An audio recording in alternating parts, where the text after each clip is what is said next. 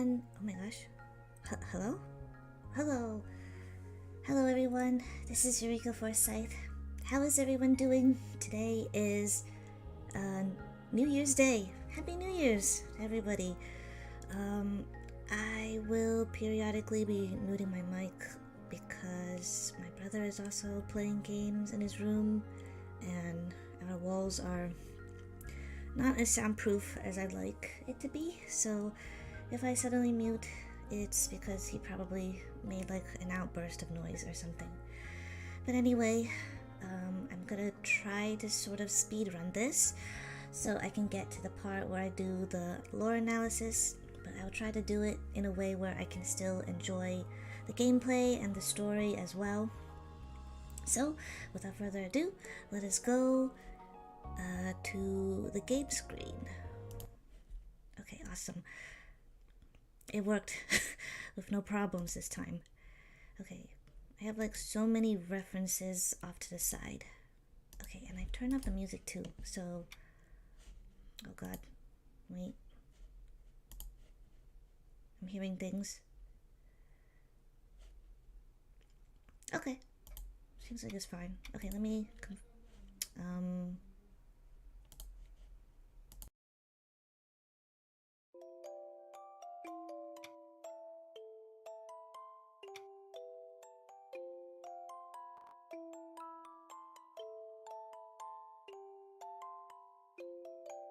Okay, well, I feel really silly because I was like, how did I unlock the hidden ending? And it was, oh.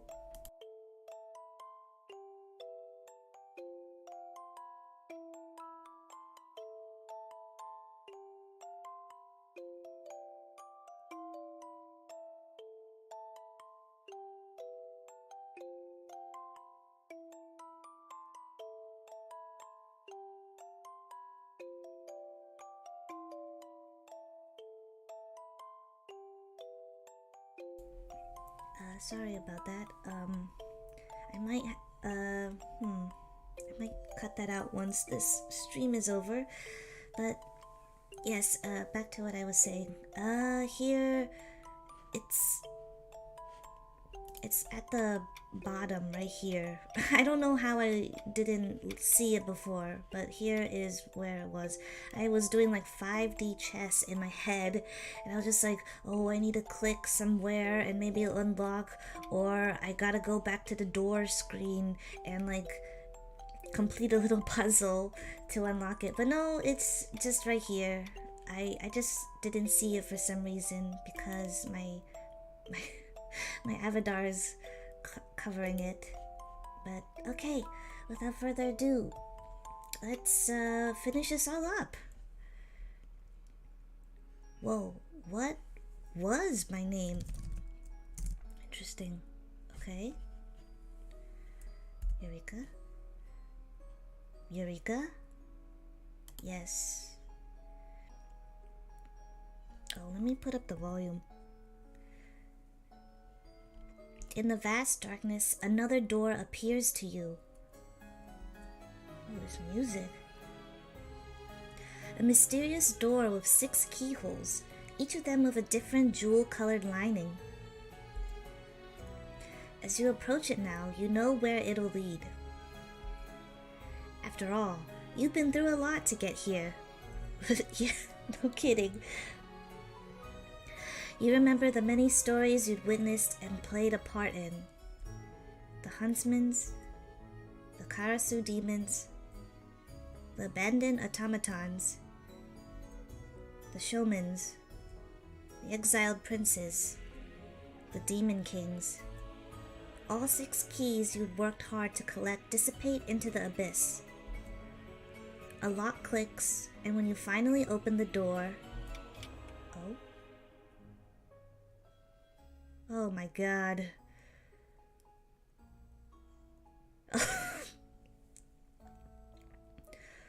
Of course, that would be the first one they would show.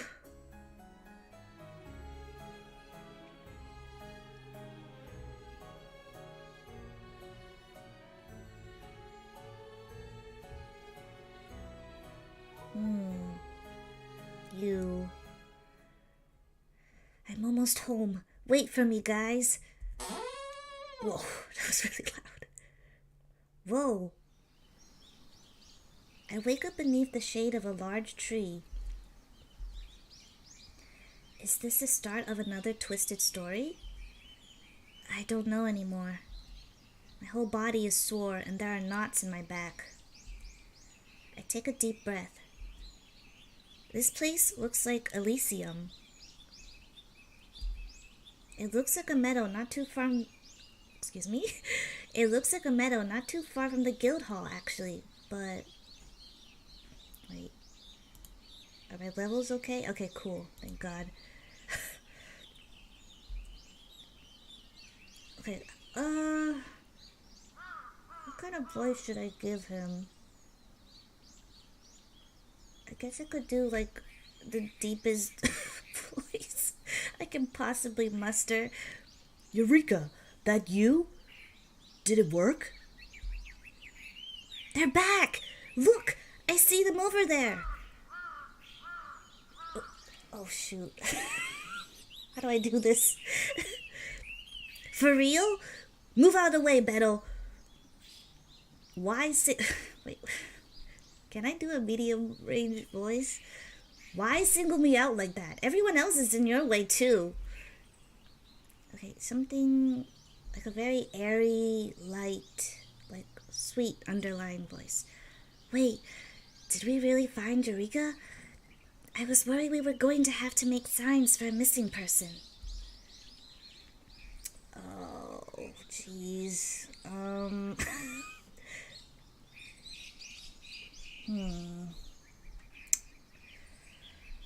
Okay, let's try this. I'll see how it sounds when I look at this later.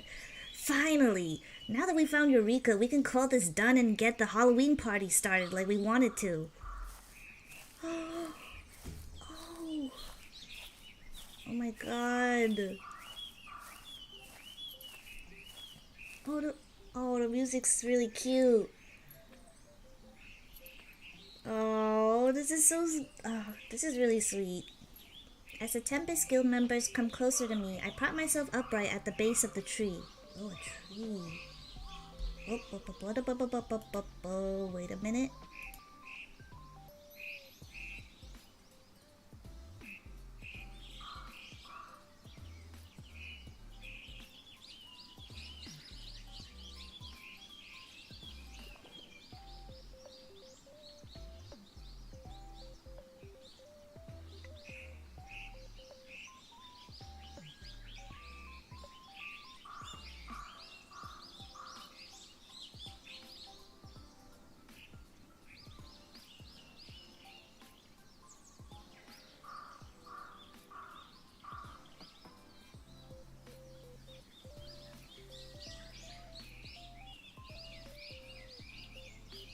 Okay. Oh, look at that. Oh, Phantom in the back waving. I'm not sure what that thing is right there, though. So... Huh. Okay. I think I read this. Okay. Oh, sorry, excuse me. I'm stunned. Oh my gosh. I'm stunned and at a loss for words. Because I've experienced so many tragedies, I don't even know what to say to them.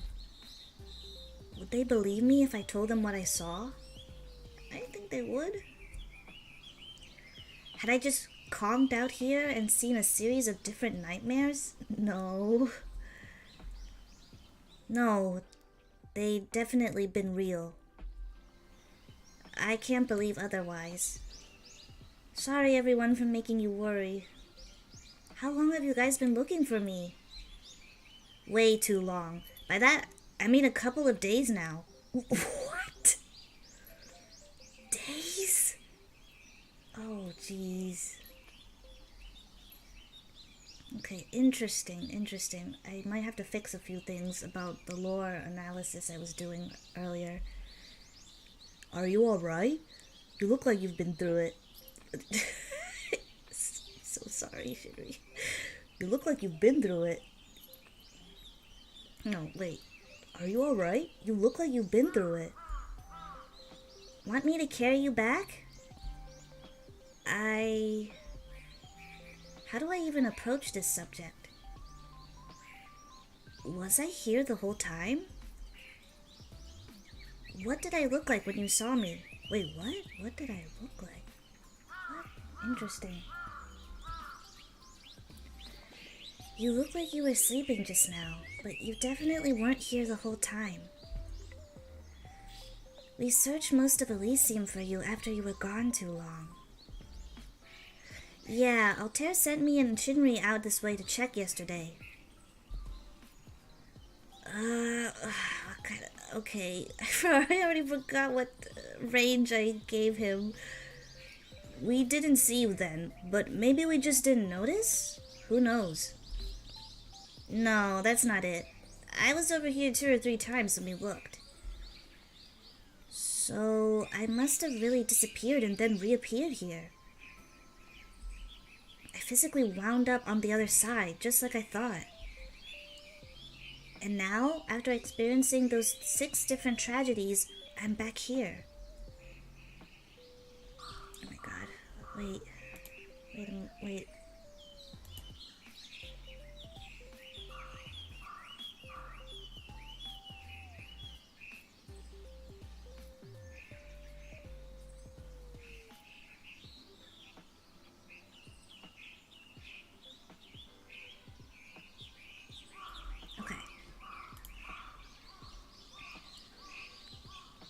I don't know how to even begin explaining what happened to the boys, so I'll save it for another day.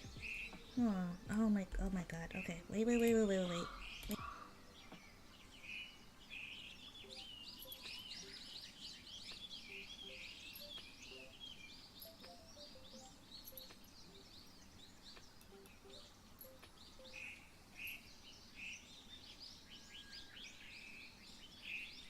Okay, let's try again. For now, I'm just relieved to be back. Things are going to be okay now. I miss them. I miss these guys so much. Oh, this is really sweet. I had some really bad dreams. Really, really bad dreams. I don't know why I was out so long, but that's about all I can say. That's okay. I get it. I understand that feeling too. The two of them look at each other as if they know something I don't before they look at me again. Okay. Interesting. Really, really interesting. Come to think of it. Oh, jeez.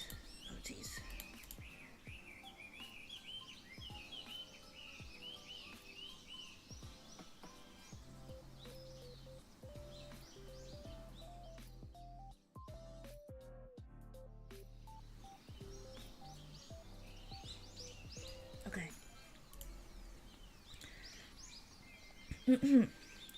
Hadn't their doppelgangers had come into contact with their other selves? Allegedly? I guess I'll just find an opportunity to ask them one day. No! Tell them... Not now, maybe a little later. Let's not beat around the bush. We should get Eureka... What? Let's not beat around the bush. We should get Eureka up out of the dirt.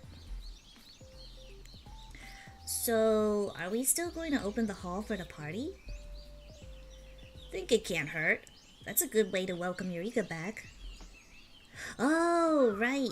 We've got to set the sound system up for karaoke. Karaoke. Come on, Eureka. Wait, I messed up. Come on, Eureka. Let's get you back inside. Huh. Yeah, jeez. Okay. Wait.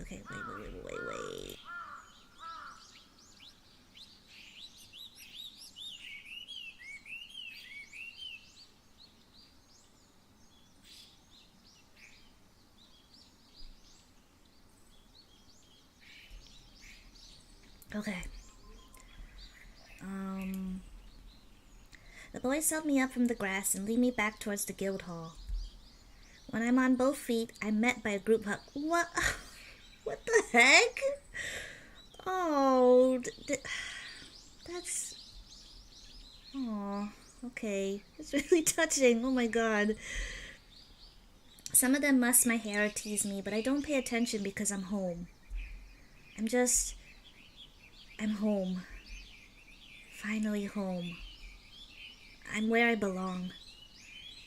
I'm where I belong. I can't even describe how relieved I am.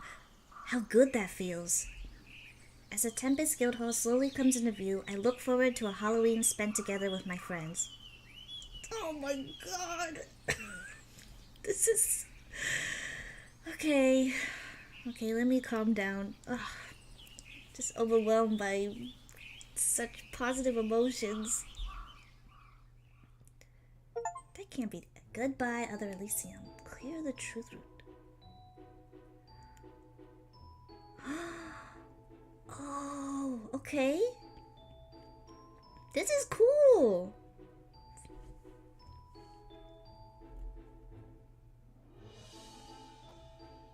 Oh my gosh, this ending sequence. It's so nice. Okay. Huh? Oh, his wings. So funny.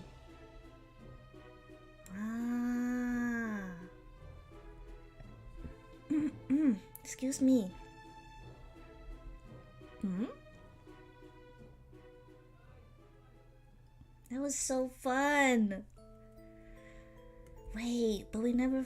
Oh, shoot. We never found out what... I was so sure this guy, Prince Regis was gonna make an appearance. Huh. That's interesting. Okay. Okay, there's a couple of things I need to read still. Okay, gallery. Oh. It is loading slow. Okay. Yay! Okay, this music. Holy cow. Okay. Let me turn that down. Jeez. It's so intense. Okay, let's go look at the profiles. I haven't looked at it because I wanted to save reading it actually. Okay, let's go with Huntsman. Okay, Huntsman, Jotsuichi Shinri's doppelganger. Residence unknown, Other Elysium. Likes fishing, sleeping under not moonlight, sleeping under starlight, getting to know locals, protecting the weak. Dislikes haunted places, pretentious businesses, wastefulness, invasive personal questions. Well, favorite food, heroes. That's kind of... I would not expect that. But yeah, summary. The steadfast and mysterious huntsman's loyalty belongs to no kingdom, and he follows his strong moral compass without care for where it lands him. He rides a ghastly horse without eyes, and though his appearance can be intimidating, he is revered by many villagers as a wandering hero and vigilante. Not much is known about his past, but it would seem that he harbors many grudges towards royalty and often acts in opposition to their wishes. At some point, he even faced imprisonment in the ice plane for stealing the high ancient texts of the archive called Hollowstar. That's funny. Called Hollowstars EN Halloween Project 2023, in which he learned about the true nature of his world. Oh my god, that's so meta. What? Interesting. Surely before the player arrived in Other Elysium, the huntsman would also become capable of momentary spiritual contact with his other self, Jotsuichi Shinri. After bearing witness to Shinri's strong memories and emotional attachments, the huntsman felt compelled to serve as the player's protector. While he would grow attached to spending time with the player, the huntsman would eventually accept the futility of his world's nature and sacrifice himself to help the player back to the real Elysium and his other self. Oh, okay. Wow, I need to fix some things. Oh man.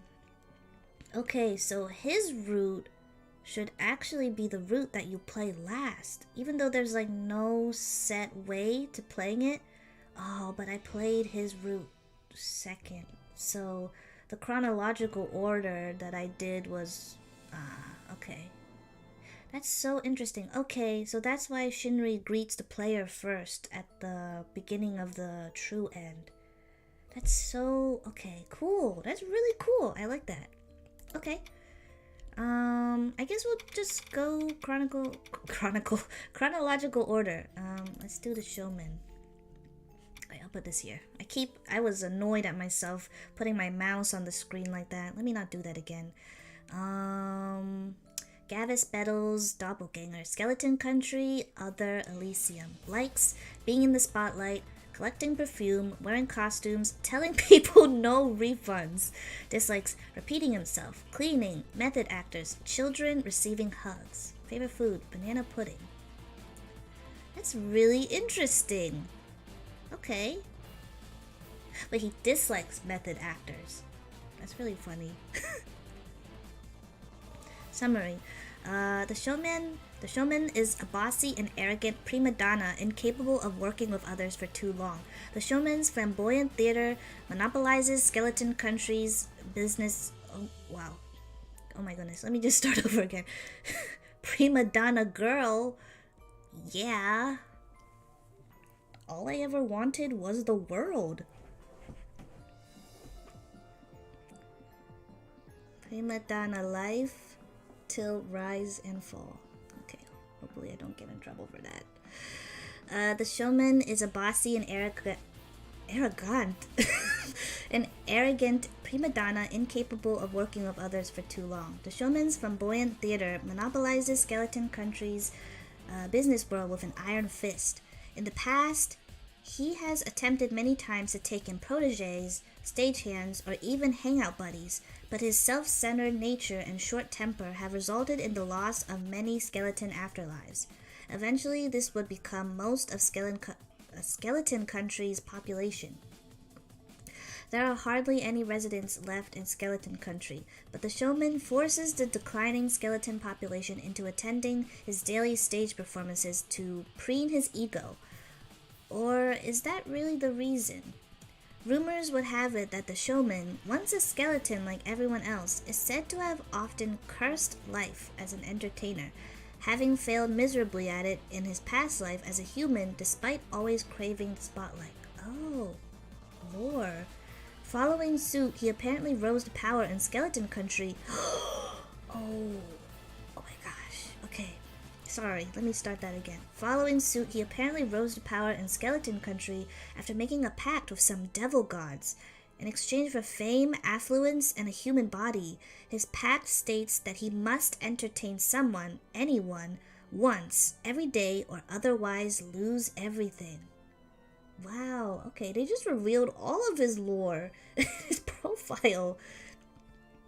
Interesting. Okay, that gave me some more clear stuff to include for his section of the lore analysis I wanted to do. Okay. Interesting. Alright, that's cool. Banana pudding. Okay. Karasu Demon. Banzoin Haka's Doppelgänger. Spirit Realm, Other Zenokuni. Likes having his hair played with, ornate trinkets, crystals, and flowers. Dislikes when food gets trapped under his nails, being wet, stuffy clothing, ugliness. Favorite food, crab, human meat.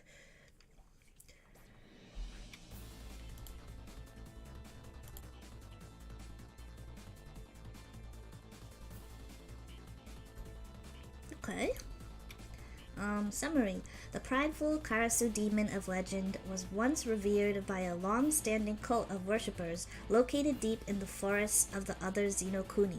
He can only be summoned when bestowed an offering of blood at his shrine, and while powerful enough to manifest someone's darkest desire, he is recorded in myth as one of the most volatile and demanding demons of all cultures. There are many accounts of encounters with him going sour, as well as folk tales where desperate humans met their own demise by his hand after he deemed their desires unworthy. Because the Karasu demon is rarely summoned to the physical realm. When he is often extremely hungry after a long period of dormancy. Having existed for centuries, he has consumed all sorts of offerings which have made his palate and expectations all the more difficult to satisfy. However, thanks to the player's inability to please him, the Karasu demon would come to be addicted to a taste he'd yet thought of trying until then, the rich flavor of human flesh. Lovely.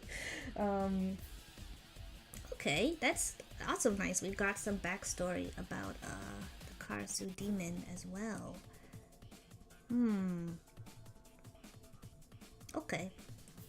Interesting. All of it's super interesting so far. Alright, go to Axel. Wow, look at that title. The Exiled Prince of the Fire Plane, Axel Sirius's Doppelgänger, the Fire Plane, Other Elysium. Likes instigating conflict, teasing others, hot baths, getting sweaty. Dislikes becoming bored, boat rides, singing, a lack of challenge. Favorite food, anything with mushrooms. Huh, I was not expecting that either. Whew. Though his easygoing disposition may be misleading, no one enjoys chaos quite as much as the exiled prince of the fire plane. He is a powerful flame devil, and was the next in line to rule when his father dominated all of the other Elysium. Things went awry for him when the demon king of the ice plane assassinated his father and stole a great source of power, the cursed flame shard. However, he now looks forward to taking the world back for himself with a carefree attitude and thinks it will be an exciting development for everyone. He is very cunning and lies to others without hesitation. He is also a well-known hedonist and Casanova with a large harem of devil lovers that fawn over him from the sidelines. Oh! Okay. Because the Demon King's protective sigils prevented the exiled prince from regaining the stolen flame shard by himself, he would use the player to retrieve it on his behalf, aware that only they could bypass the king's magic. What he wouldn't reveal was the fact that, due to the nature of the flame shard itself, the player would, as a result, be transformed into a devil themselves by doing the dirty work for him. Oops. That's funny. Okay, this guy. Alright, the Demon King of the Ice Plane. Regis Altair's Doppelgänger, the Ice Plane, Other Elysium. He likes puzzles, submissive people, reading, besting competition. Dislikes ballroom dancing. Huh. That's very interesting for a prince. Loud laughter, insubordination. I'm not saying that. Insubordination. Sleeping in late. Favorite food, tantan men. Sleeping in late. Interesting. Summary. Cruelty comes to the Demon King as naturally as breathing does. A tactician and a tyrant, he instills fear in all who meet him after having taken the throne of the Ice Plane by force. With both ease and elegance, the Demon King was quick to dominate all lands, including the former ruling kingdom of devils, the Fire Plane. Presently unthreatened by any opposition, he now spends his days in search of other nations to conquer. One day he would dream of another world and another version of whoopsies. One day he would dream of another world and another version of himself. Through numerous following prophetic dreams and the discovery of high ancient texts belonging to an archive called Hollow Stars EN Halloween Project 2023, the Demon King would come to learn of an alleged parallel world, the real Elysium, where a real version of himself supposedly resides beyond just a holiday season. Eager to expand his territories, the Demon King obsesses over finding a means to leave his world in hopes of possessing his true self and stealing the real Elysium for himself. Oh, shoot. Okay, that never got resolved in this game. So this is like an ongoing conflict. Alright, last guy. You. Abandoned Automaton, Machina ex Fleon's Doppelgänger. Hello? Wait. Machina ex Fleon's Doppelgänger's Doppelgänger. Oh, shoot. Oh, that just threw... Oh my god. That just threw. That like. Oh my god. Oh my god. Okay. Wow. Interesting. Okay, I thought I had his stuff all figured out, but this is... Oh, shoot. This is wild. Okay. Alright. Excuse me. Likes being together with his master. Watching people... watching people cry. Rain and running errands. Dislikes secrets. Oh no, animals. Sharing with others, overheating. Favorite food, doesn't eat. Summary. Modeled after an old friend whose life had met its end, the abandoned automaton was created for the sole purpose of providing emotional support and companionship to his creator. The player's doppelganger. Oh my god. Okay, I need to revise. I need to revise a put. Okay, I just got thwarted. Okay.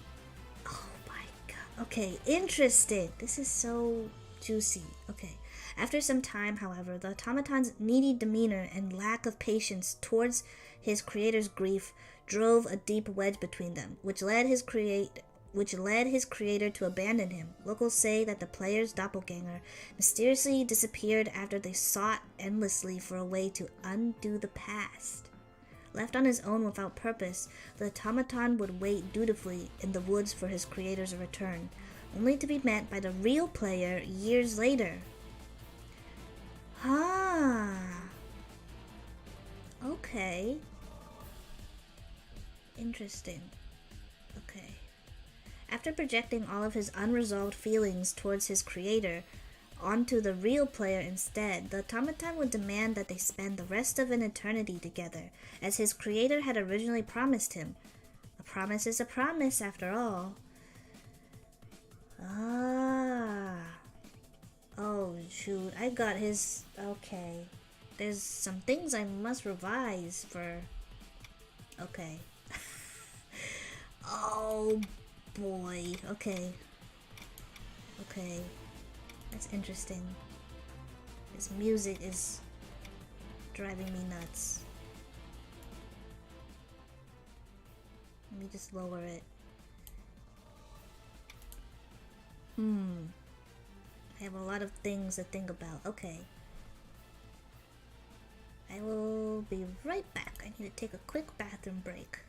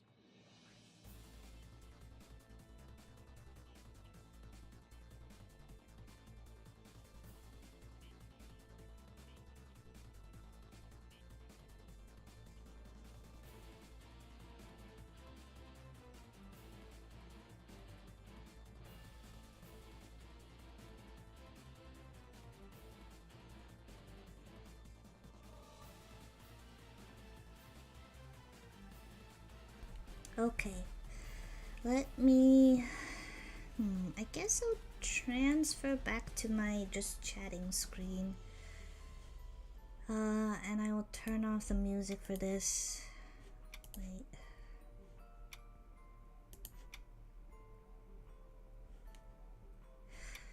Wait, before that I want to look at that CGR again. Oh, this is so cute. Okay. What is that? Wait, is that the guild hall? No. I don't know. I still don't know what that is. Okay. Oh my goodness, let me turn off that music. Holy cow. Okay, there we go. Okay. Where is it? Here we go. All right. Time to open up my document for that. Okay. So, I will start with lore analysis first, and then I'll end with my final thoughts. I'm crossing my fingers, hoping I have enough time for this. Okay. Alright. Okay, first section I have is called Favorite Route Ranking. So I first have Axel's, Battles, and then I switched it around a little bit near the end. I felt too lazy to change it on my document. You can't see it, but yeah. And then next would be, okay, Axel, Battle, Altair, Flayon, Shinri, and Hakaz. I also put some buzzwords to describe like the general vibes that I personally got from each route. Oh, wait. Excuse me, I need a burp.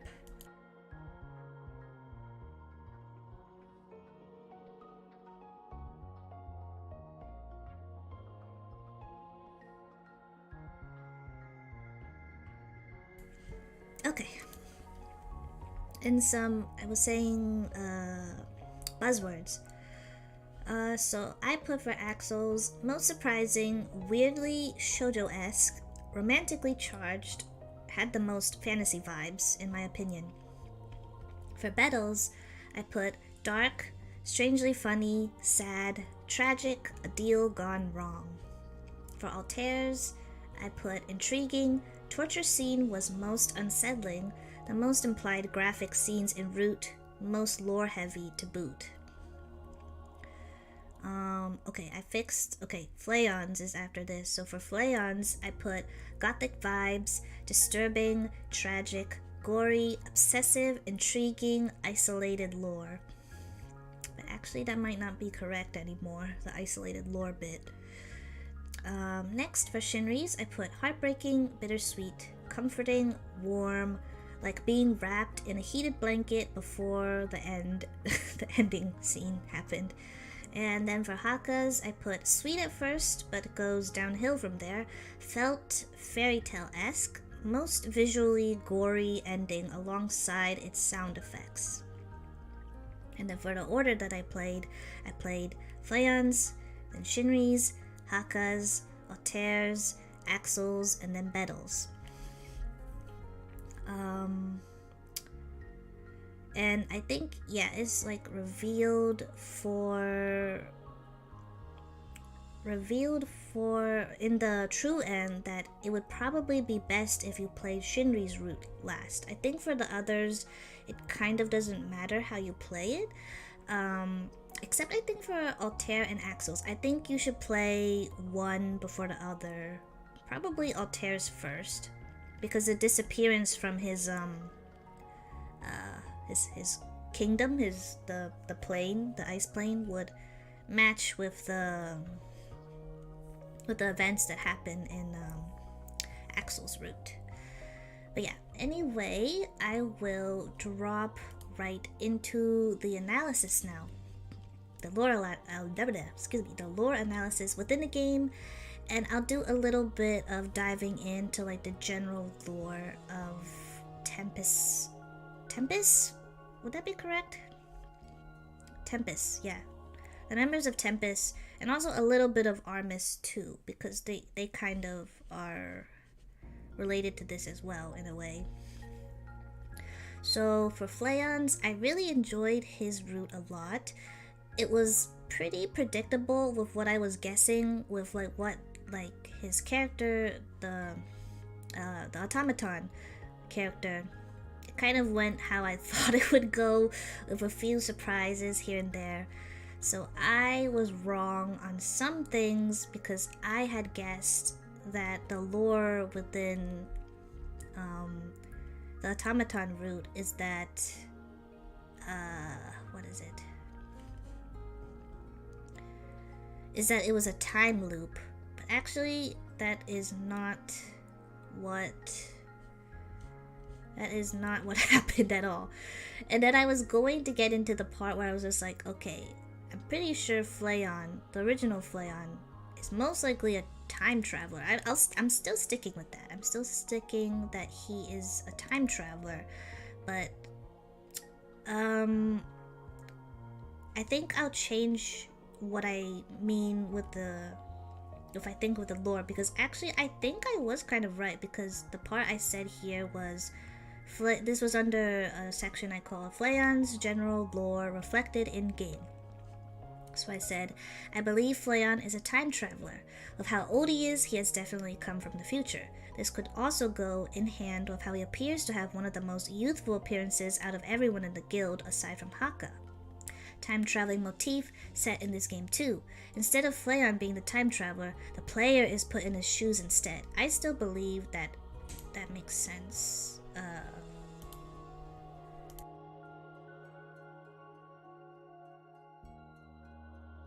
Okay. Anyway, instead of Flayon being the time traveler, you as the player, the doppelganger player, that is wild. I did not think the player would also be a doppelganger as well. And that is the only route where we find out there's actually a player doppelganger as well, which is really interesting.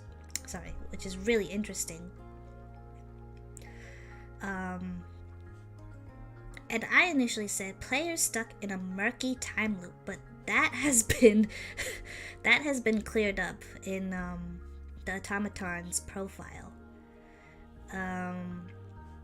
But it is said there, it says, finding the note, I'm going home, don't follow me.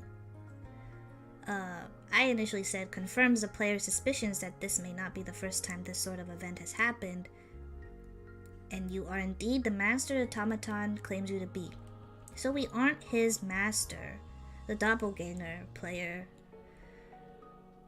So let's see here. I need to change some things.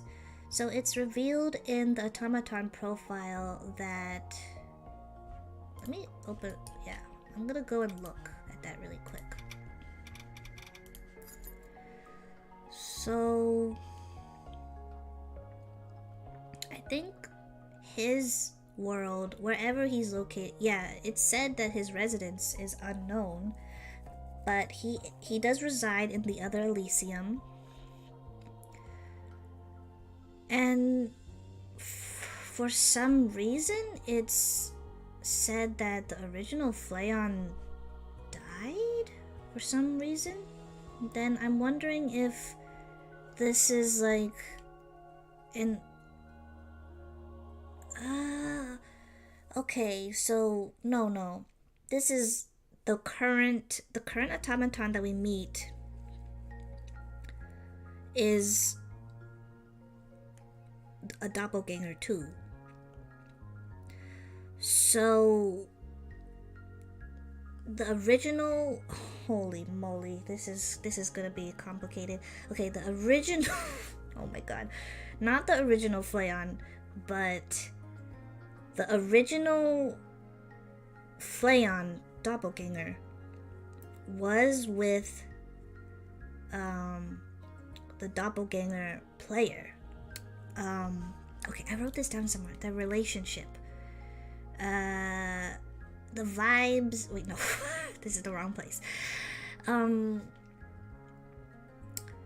downward progression of the relationship. No, this might be wrong as well. Okay, so it seems like it was implied that Doppelganger Flayon and Doppelganger Player had some sort of relationship together. I think it could be viewed as platonic, but I feel like it's implied to be romantic. And something happened, some sort of accident or tragedy happened to the original Doppelgänger Flayon. And in their grief, the Doppelgänger player creates the automaton that we know and see here in this route. Okay, we got that established. And okay, here we go. Yes, the downward progression of the relationship the player had, not with the Doppelgänger Flayon, but with the automaton. It turns into a dark downward spiral of obsession with the unnamed automaton, but it wasn't really obsession in the end, because they had their relationship just was irreparable. I don't know. It couldn't be repaired anymore because the Doppelgänger player knew the automaton could never be the same as the real, original Doppelgänger Flayon. Oh, jeez. Okay, moving on. I have a section called Gothic Setting Like a Classics Book, very reminiscent to the core of what Gothic literature is all about. I actually did a pretty big project about Gothic literature, so it's kind of nice to get to actually use one of my degrees for once for this. So I'm kind of using a combination of my master's and my bachelor's for this section. But it's a very, very small part, but I'm still kind of proud of it anyways, because I remembered pretty much everything that I had to do for this part. Okay, like I was saying, very reminiscent to the core of what Gothic literature is all about, exploring the concepts of dark emotions such as grief, obsession, loss. In this case, I also wrote in this case a warped love with a question mark at the end, etc. And I also said the vibes of the setting also remind me of what many older RPG Maker game stories were set in, especially a Gothic-esque location. It's a nice nod to Flayon's love for playing these kinds of games as well. This route definitely gives me feelings of the game Mad Father. Just some of it. A lot of the gore too kind of reminds me of Mad Father. A very sad, tragic, and also disturbing game. Okay. And then what I have here is a section called Not Exactly Clear-Cut Ending for Player. The player ends up dead at the hands of the automaton. It seems unclear whether... Okay, we already figured this out. It's not... Yeah.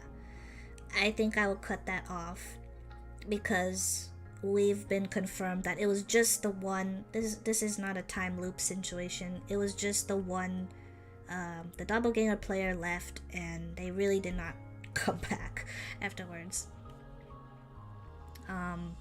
If we gather all the brief clues revealed to us in this route, the automaton probably had a different personality when he was first initially created.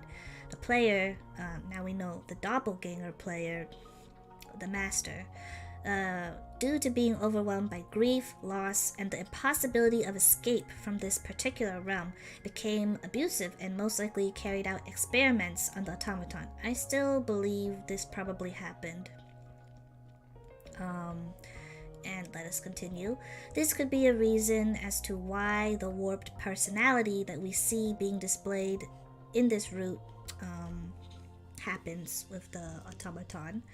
The automaton does not have a heart installed into him, but he seems to be able to discern certain emotions such as love and devotion towards the player. Not only was the master most likely physically abusive towards the automaton, they were also likely verbally as well. This is pretty much revealed to us openly from how the automaton reminisces on how the master talked with them, and it's easy to tell that they were not kind to him. The master knew this automaton could never be the same as the real Flayon. Oh, wait, no. Not the real Flayon in original Elysium, because I was writing this out in the perspective of, oh, this is a time loop. So we now know the Flayon that that died off screen was the original Doppelgänger Flayon. So let me just switch that up. The master knew this automaton could never be the same as the original Doppelgänger Flayon, and in turn takes out their inner and outer frustrations on the automaton. Yes.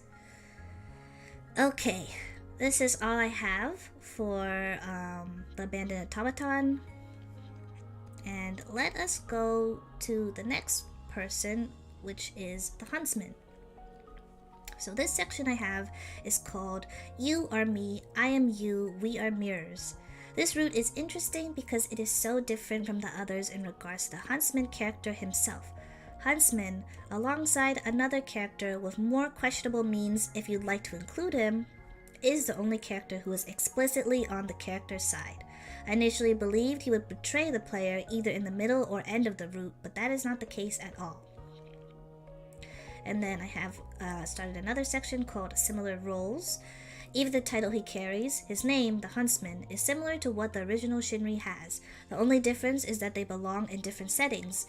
If we see them in the example I put in, which is literary subgenres, a Ronin would appear in an East Asian period piece, and a huntsman would be someone who would belong in that of an American Western. Despite belonging in totally different genres, their roles are similar. A Ronin is a samurai who is without a master, simply put. A huntsman could be in an alternate title for a cowboy, perhaps. Both of them are similar in that they are wanderers who serve no master and are often vigilantes who thwart evil forces. This is confirmed when the huntsman reveals he most likely has some sort of bounty on his head from the ice plane. And I also wrote, and I think also the fire plane, but I could be wrong. But no, it would be all the kingdoms. He has grudges against all of the kingdoms and nobility, but I guess mostly from the ice plane and the fire plane as well.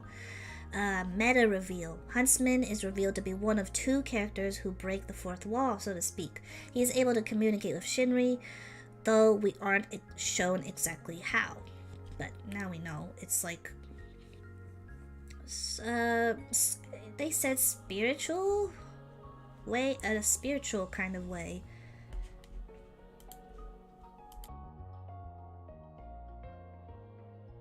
Excuse me. But oh gosh, I'm opening up all the wrong things. Okay. But I think it's probably like telepathic means is what I put down on my document. He has inherited a select amount of memories from the original Shinri and thus feels compelled to help the player in getting them out of this alternate Elysium and back into the original one.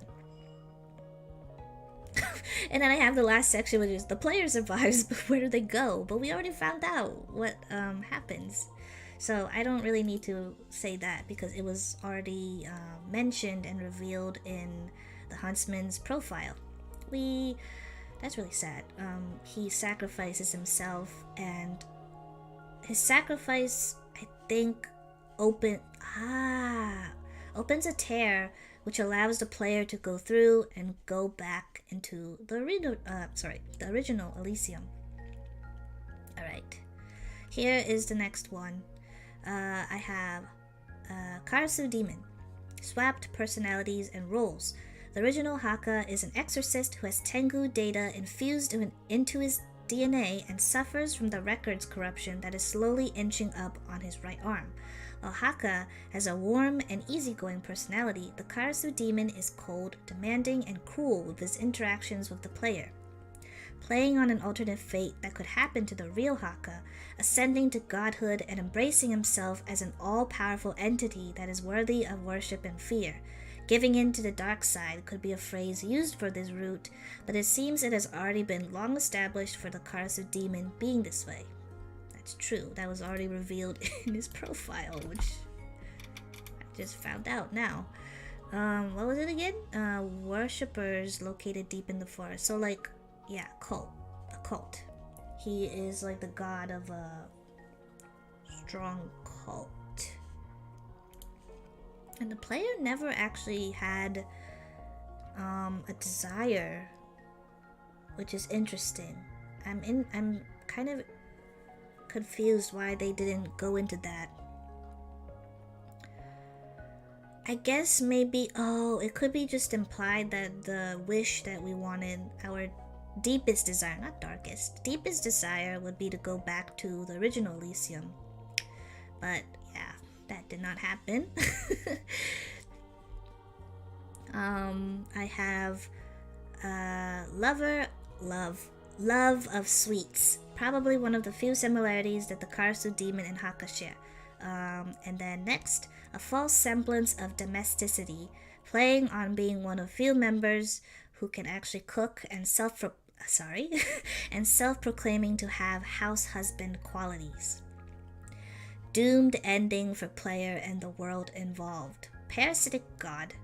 He was most likely sealed away that involved a powerful ritual. The player must be, well, not really. I guess it really just is that any kind of blood that gets spilled could release him. But it could also still mean that the player's blood in particular could be still special in some kind of way. But yeah, because of the dormancy thing we just read from the profile, that I guess would make sense, which is that I guess the parasitic god thing that I predicted actually is true, because he is so hungry from sleeping for so long, so who knows how long his rampage of just feasting on, now that we reveal, it is revealed, not we reveal, oh my goodness, that he has a newfound taste for human flesh.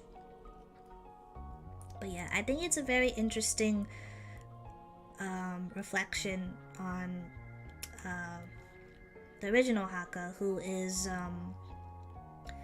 he is an exorcist, so this kind of thing happening to him would be like his worst nightmare, because he would probably have experience with exorcising demons, and this demon is also likely a very powerful and dark god as well, which would probably also be something that he probably wouldn't want happen to him. And maybe like also giving in to the dark side, that phrase again, which would probably be something he would not be into as well. He's probably trying his best to give me a few seconds to get my thoughts together.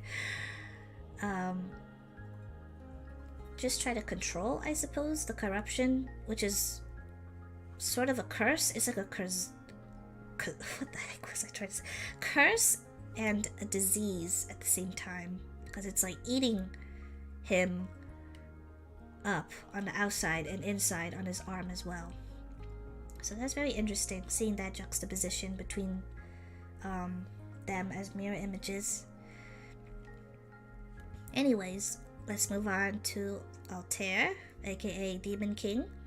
I said, the most lore-revealing story of the 6 roots. Escapes containment of the game / breaking of the 4th wall / meta. Is the only character within all the roots that is conscious of the other Elysium who survived, minus Huntsman, of course. I forgot to mention that. What I found really interesting was under Hero versus Evil. He is the foil to the original Altair's character and mirrors the classic enemy, a demon king or another similar title, that heroes end up fighting in a classic JRPG setting, usually referred to as the endgame boss or big boss. He reveals to the player that he has been in contact with the original Altair and visits him in his nightmares, though we aren't sure how long he has, but we can most likely assume it's been quite some time since he's done this, with his dream visits. And then I said, the only copy of Elysium's Truth ends up in his hands, but I am sure he probably has other documents and related books that revealed information regarding the Tempus members, and through interrogating the original Altair in said man's nightmares. Ice King, a truly befitting title. opposites personality-wise. Regis first tries to trick the player character into thinking that it's the actual Altair. Altair is noted to be warm, kind, and having a laid-back and relaxed personality. Actually, I was wrong on this. I looked at Altair's character art from his regular self, and they both have green eyes, but the Demon King just has more brighter, glowy green eyes. But I guess it could still sort of be symbolism, but maybe I could also be reaching a little bit too hard with this, but I'll say it anyways, because I think it is kind of confirmed to be true that the Demon King is jealous of the original Altair, and it seems like they are supposed to be one and the same, as in like one whole being, but for some reason they have been their bodies are separated currently. But he is indeed jealous of him and wants to take over his body and also take over the real Elysium, which would be pretty bad. So maybe my reach isn't too nonsensical.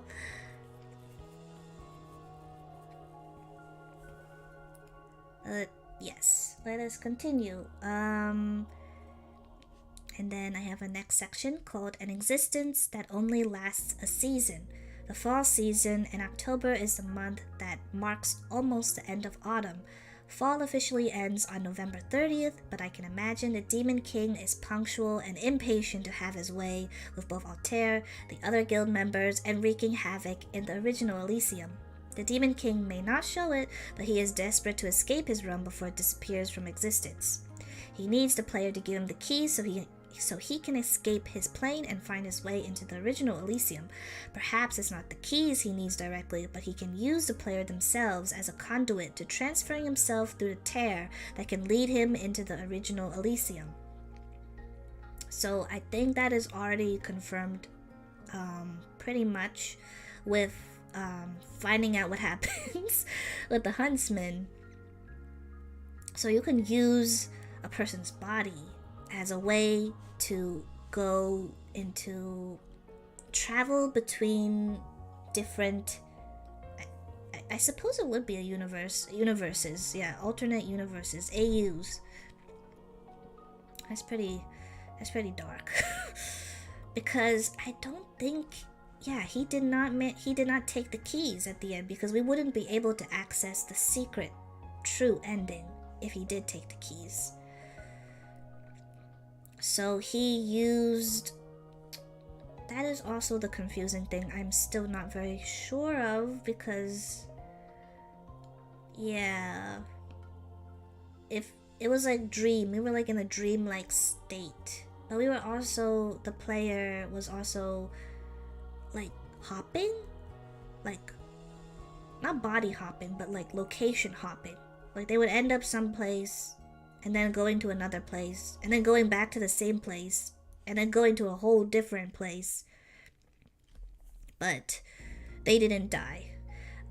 I'll try not to think too hard about it. Maybe it's not something to dive into too deeply.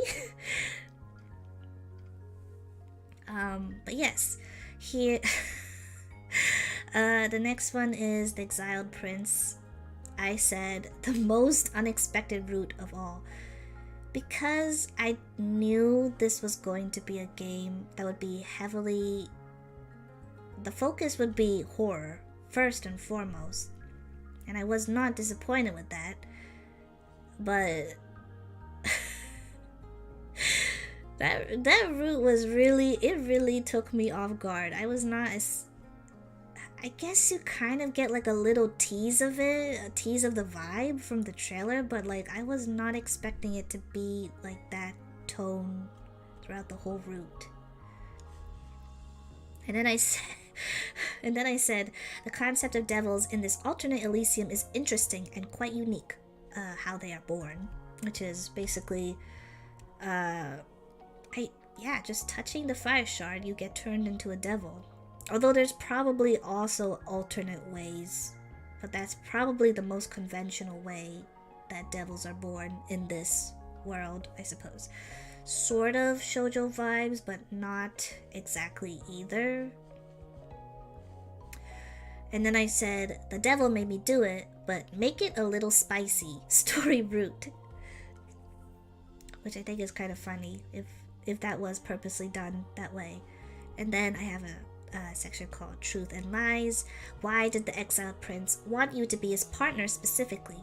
Doing crime isn't fun when you're doing it all by yourself. It may also be a loose title of having you as his consort, perhaps, as well.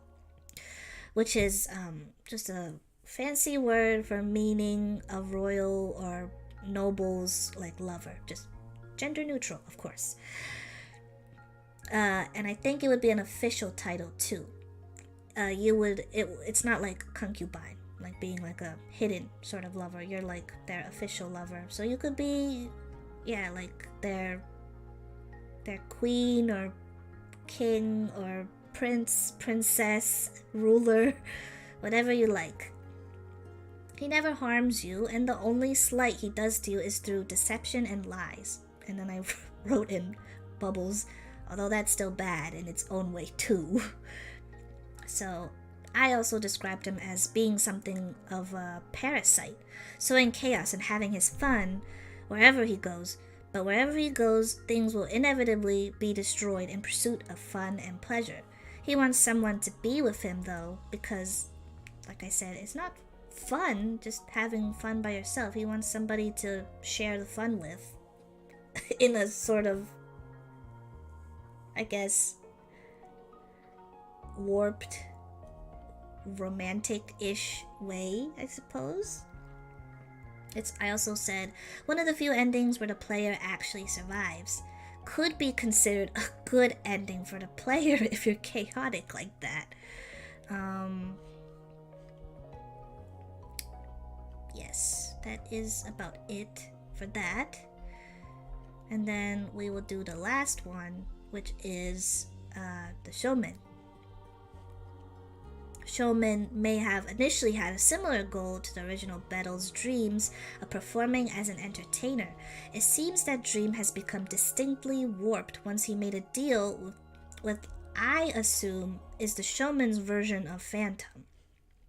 Parallels to what entertainment really means is shown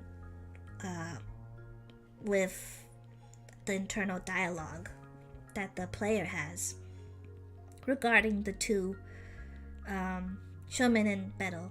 Showman is explicitly said to have lost what the meaning of entertaining others really is. It's not something you do to gain favor or praise from, but to do it because you enjoy it yourself. Bettel is said to approach performance in a way that is more of a two-way street, where the exchange between him and the audience is more equal when he's on stage. Showman also made a similar deal with an entity similar to... Oops, I said similar 2 times. He made a deal with an entity similar to Phantom.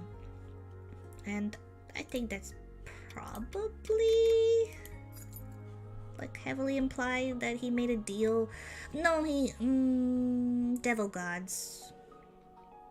Could be somebody back at the fire plane, I suppose, but I'm just going to put my money that it is some sort of phantom-like being.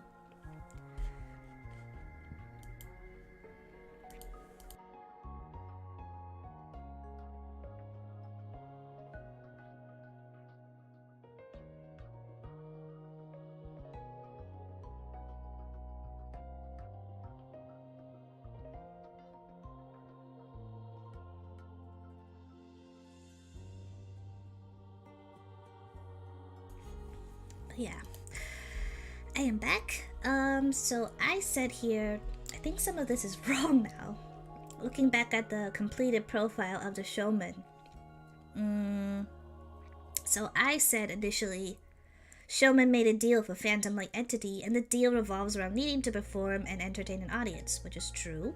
If Showman does not have a set amount of audience members available, he is in trouble because he needs these audience members because they will then be fed to the hidden entity that Showman has a contract with.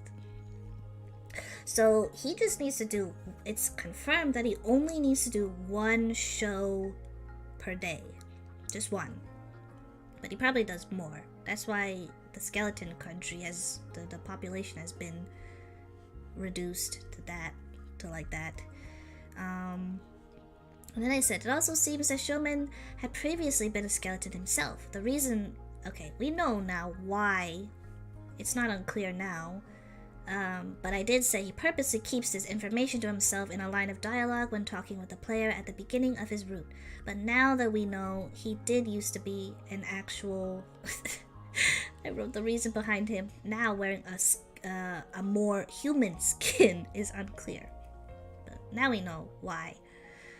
It's because of his dream to become a renowned entertainer. So he wanted to take a deal to make that dream come true.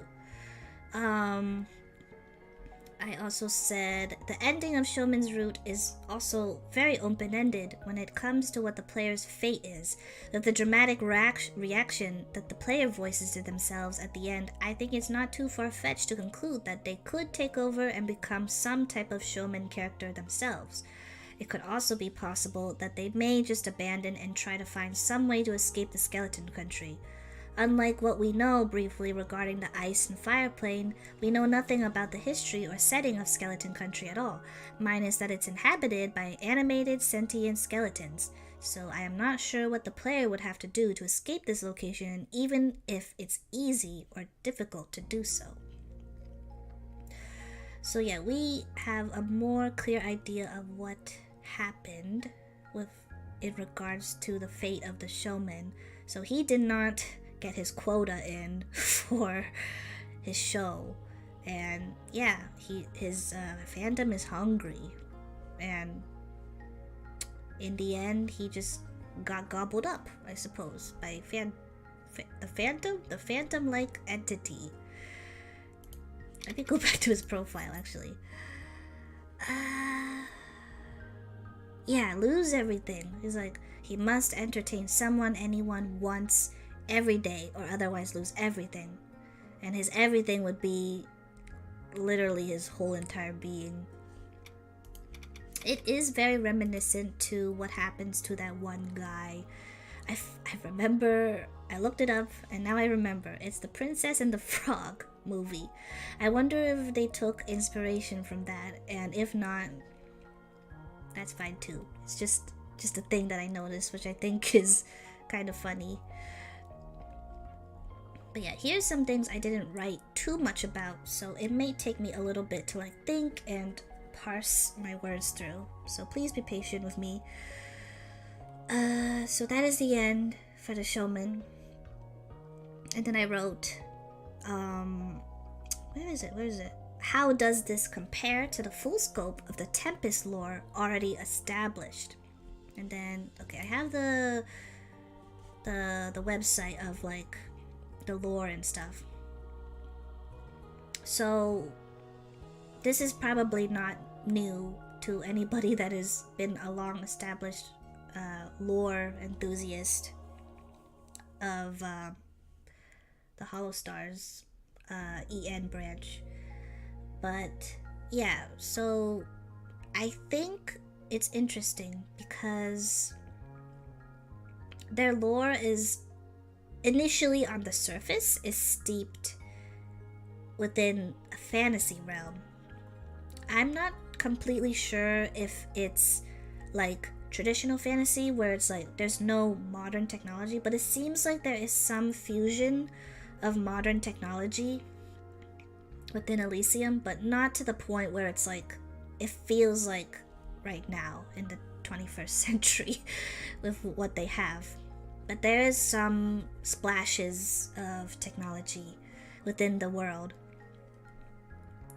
So that is on the surface. It's a digital world, and it's it's what I'm assuming. If any of you know, like the video game, The Evil Within, where they plug you in to like a dream world, sort of, and you're like in there and stuff, and like you can feel everything, but you don't need to like. Well, I do think here they do eat. Yeah, they eat and drink and other things. So I think that's a little bit different. So they can feel everything, and they can eat and drink and perform other bodily functions.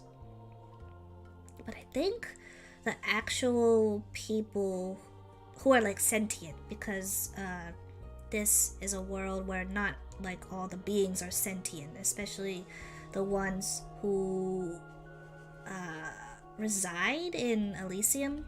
I was looking over some lore videos, and it was very easy to understand watching and listening to Raylis's breakdown of the Tempus lore. So thank you for that. I have already linked his video for the HQ and Vanguard lore video down in my description. So if you'd like, you can check that out.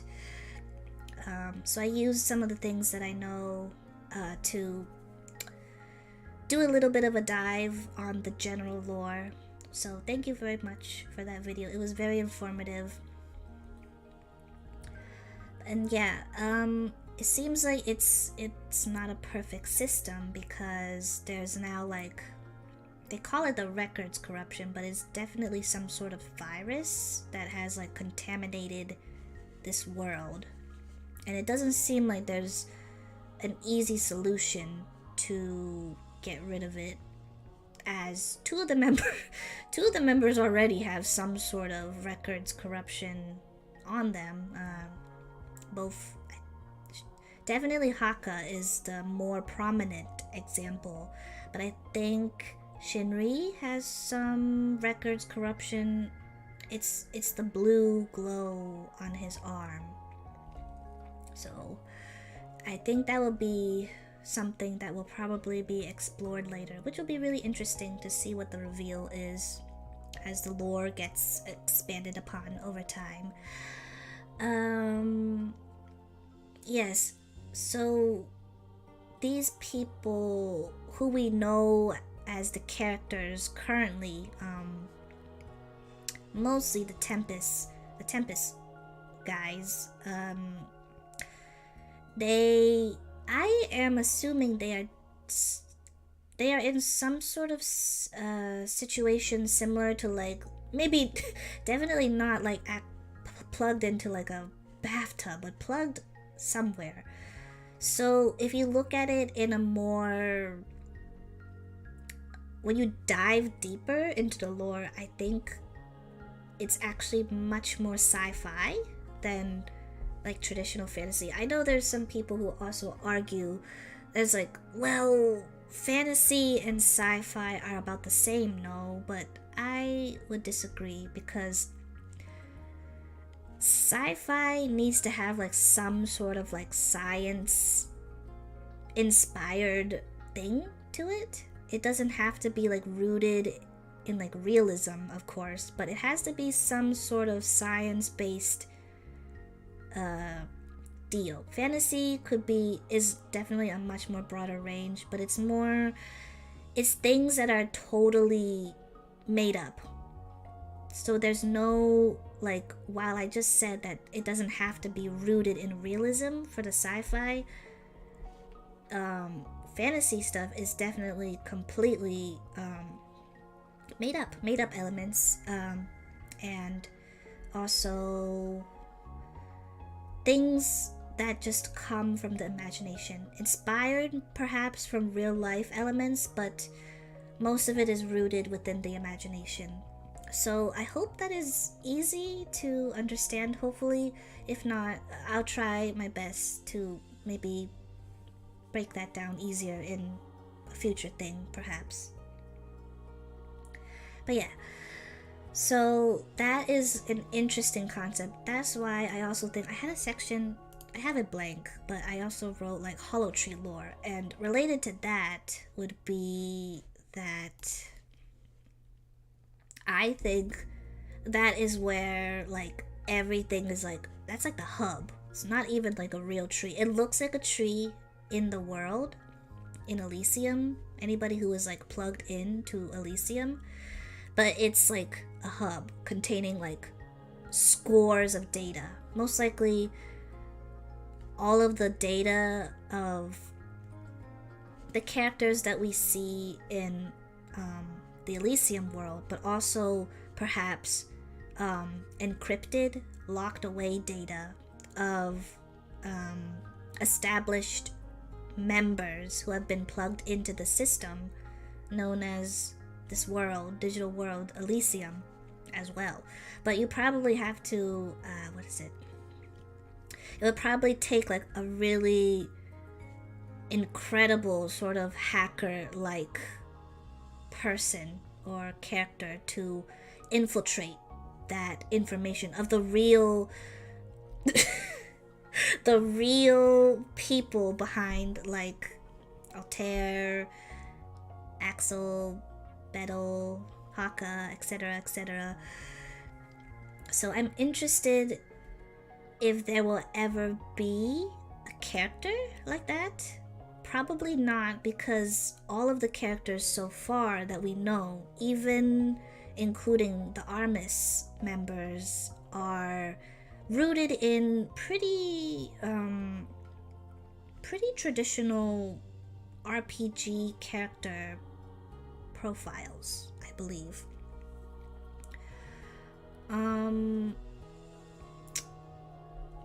Let's see, where else? What else have I said?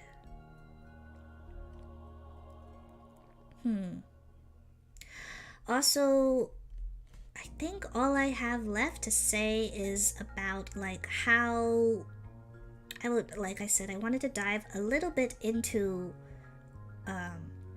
Armis, how Arbis is related to all of this, because so far, before Armis was announced, we are just following specifically all the members who are established within Tempus, and they all reside in what is it? Oh my gosh, I've said it so many times. Elysium. Oh my gosh, how could I forget about Xeno Kuni? Xeno Kuni is very interesting too, because it's like an Eastern inspired kingdom land. Excuse me. And it seems like the records corruption has hit them pretty hard. And now apparently there's a lot more people who are like sentient and awake in Xeno Kuni specifically. And they are now questioning if Elysium / Utopia are they really like good? Like, what is the purpose of the existence of this kingdom world called Elysium, which is super interesting. Let's see, what else? Did I miss something? Yeah, so people in Xeno Kuni are like very suspicious of how the world is being run, because it seems like Elysium is like the center, like the main important, powerful kingdom within this world. So that'll be interesting. I hope they go into that a little bit more. So maybe that's like imply that there will be more perhaps members that will originate from Xeno Kuni. That would be really interesting to go through and see if it will happen, if it will ever happen. See what lore will be expanded on for that. What else? Oh yes, sorry. Back to Armis. So yeah, it feels like there's going to be like a big story arc coming soon, especially with the introduction of the Armis boys. So I'm reading it from my document. And then I said here, the members of Tempus, both HQ and Vanguard, are implied to be the good guys, and the members of Armis, the bad guys. Is it really so clear-cut, though? Is the situation more complicated than that? There may be a permanent rift that happens within the already established members and Tempus. Beto heavily implied in multiple streams that he wants to start his villain arc soon. So yeah, before I get into that, I was thinking possibly, I guess it could be wrong as well, but they are from, I think they said it was the Badlands, and I'm wondering if they're like, I mean, they kind of are like implied to be like agents of chaos. So I'm wondering if they're like rogue people that plug themselves into this world, who are trying to discover the real truth behind like what is going on in Elysium, and whether it could be two things. Perhaps the Tempest boys are aware, so they are defending a corrupt kingdom of sorts, or it could be another thing, is that they are blind to whatever powers are working its power in the backstage of Elysium, which would also be a very interesting lore tidbit that could be possibly explored in the future. I don't know. I am just theorizing. So that's why I said it might not be so what is it? I don't want to say clear cut again. Black and white? Yes, black and white. It might not be so black and white as we initially thought. That Tempest, good guys equals good guys, Armis equals bad guys. So it could be more of a gray area thing if the story / lore gets updated in the future. And then also with, I'm not as sure as with the other members, but I know in some recent streams, Beto had said that he wants to start his villain arc, and I think that's interesting because he also has would it directly relate back to the cover? But he does have a new cover that also has to do with like being evil and stuff. And then at the end of the New Year's stream, actually, there's like the creepy one eye thing. So I'm really interested in seeing if Battle could possibly be the catalyst into causing a huge rift between basically all of the members in Tempest, and kind of possibly destroying the goodwill and good faith and good relationships, etc. within his current friendships with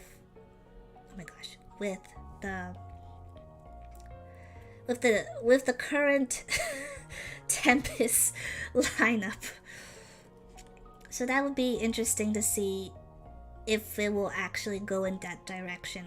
I am just here for a good time. I don't usually, for the most part, for media or things that I get into and whatnot, theorize to this extent, but I don't know, I was just super, when I saw there could be like a connection between the game and the overarching ongoing lore of the Hollow Stars EN members.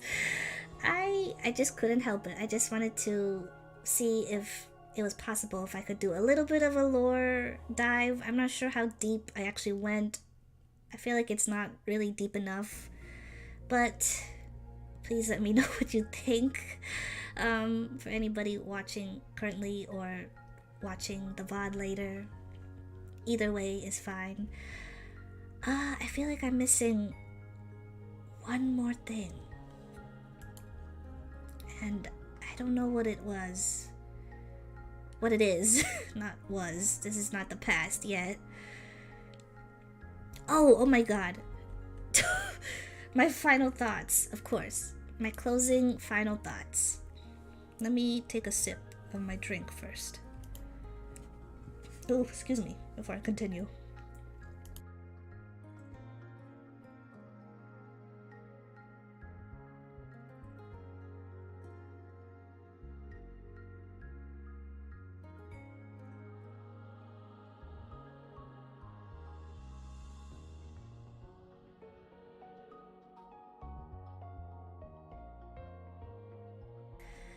Okay, I almost forgot one of the most important parts. Like, what did you think of the game? I was like, alright, time to end stream.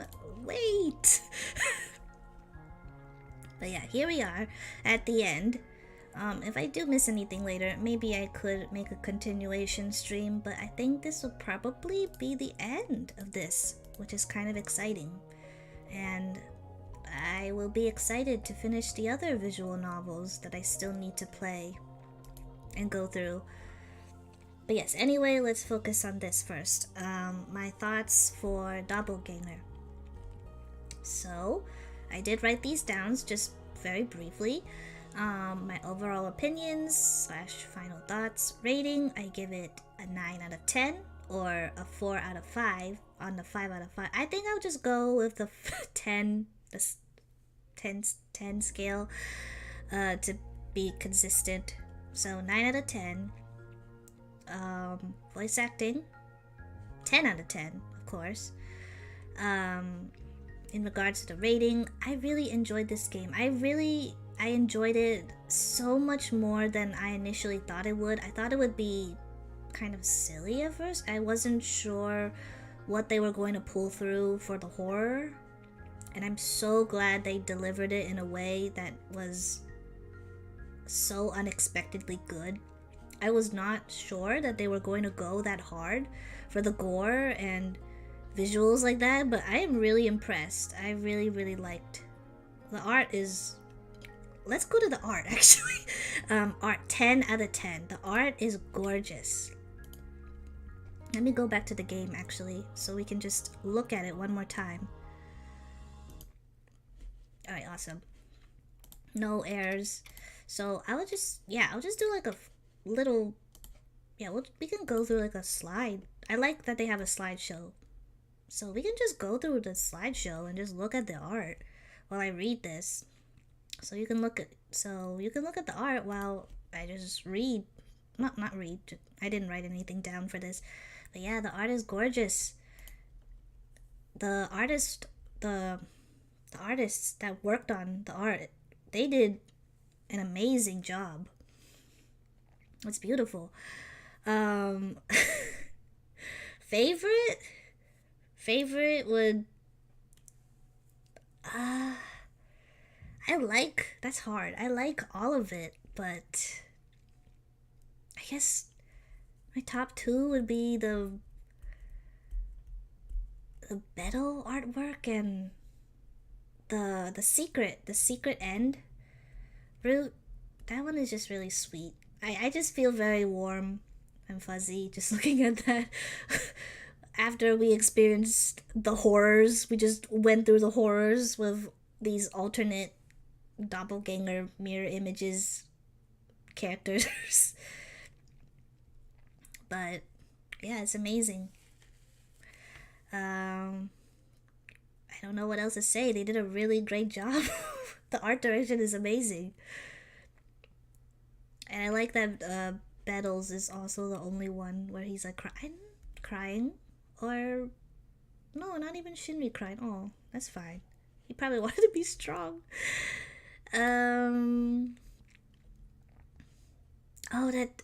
Oh crap, I don't have the music on, so you're just listening. It's just my voice. Okay, oh my god. Let me turn on the music. Although the music just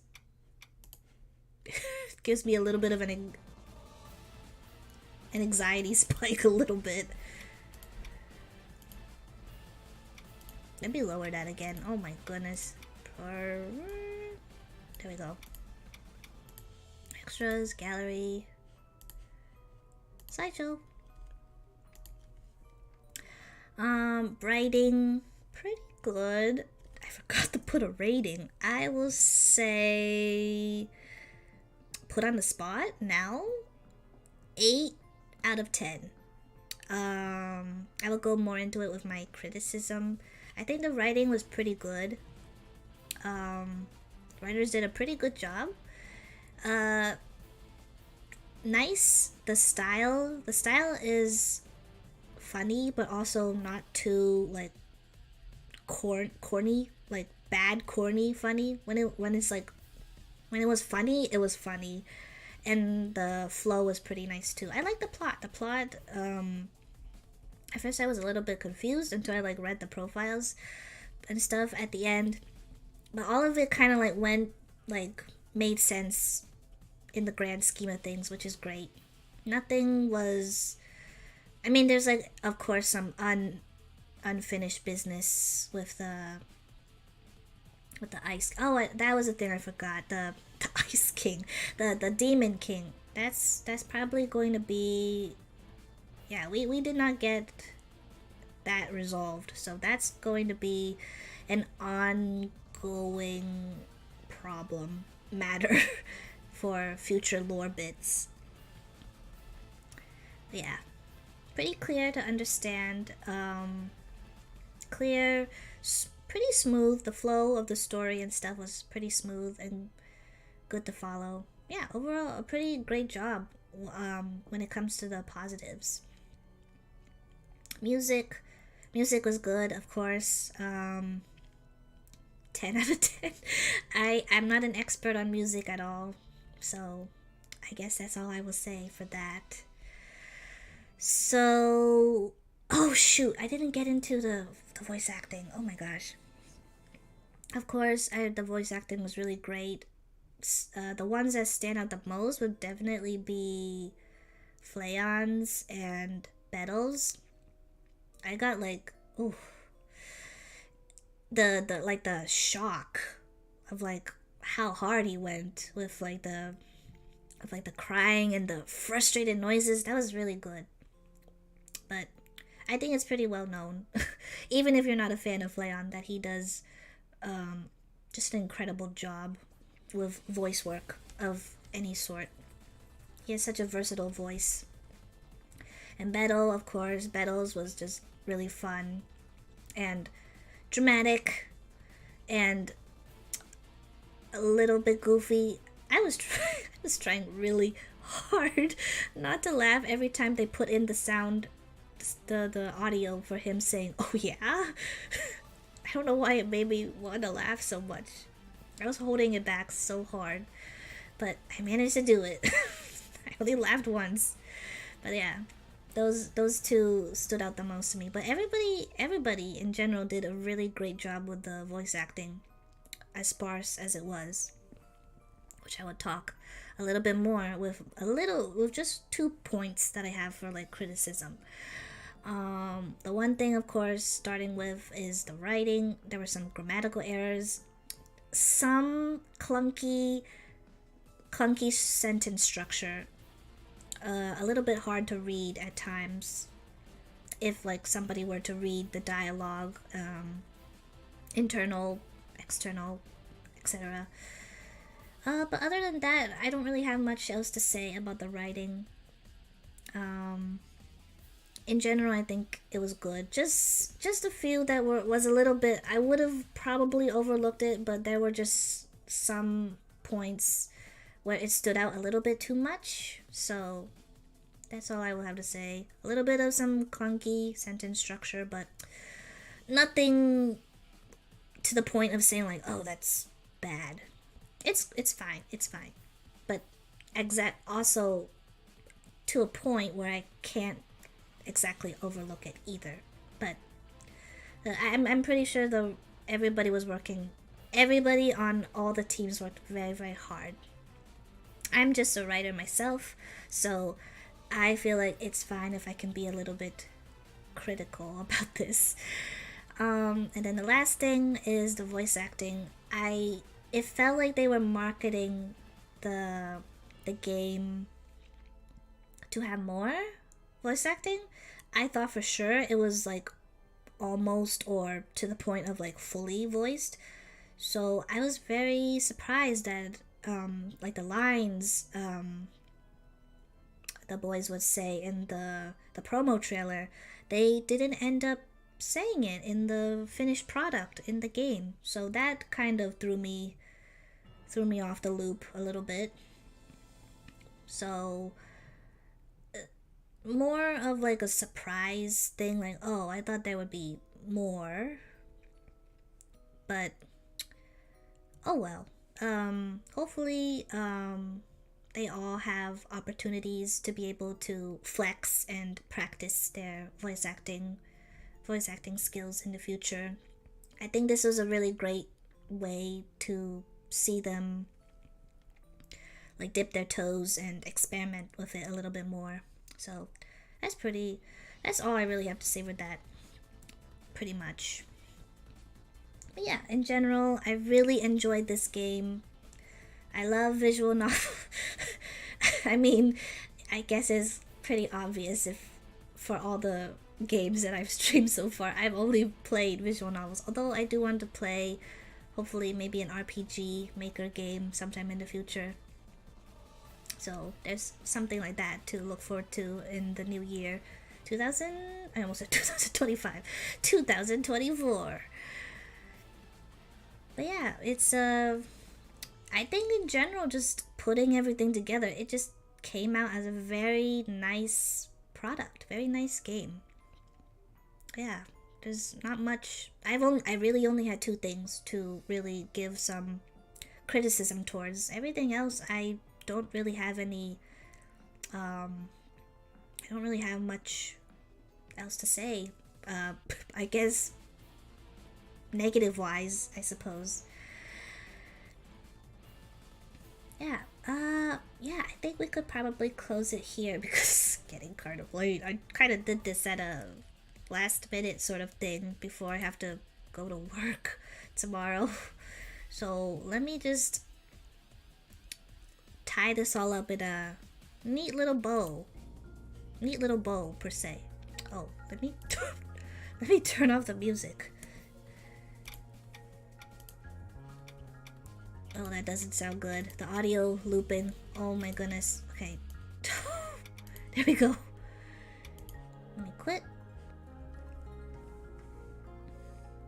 But yeah.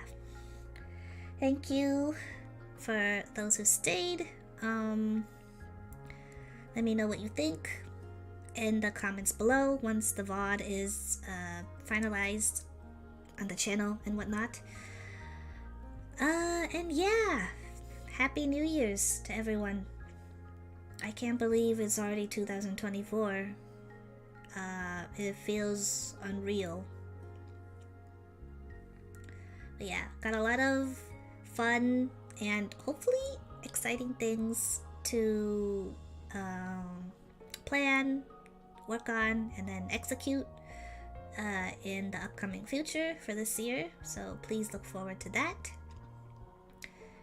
Thanks for tuning in to the stream and watching me basically finish off and close the pages to Doppelgänger. It feels really weird to actually finish a playthrough of a game when I still have 2 others I need to focus on later. Soon. Not sure when, but soon.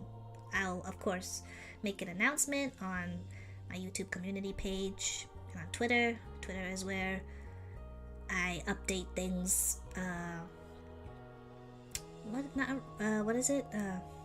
You get like the most updated news on Twitter because I usually cross-post to YouTube community posts after I say something on Twitter first. So yeah, please follow me on my Twitter as well, and my other social medias linked below.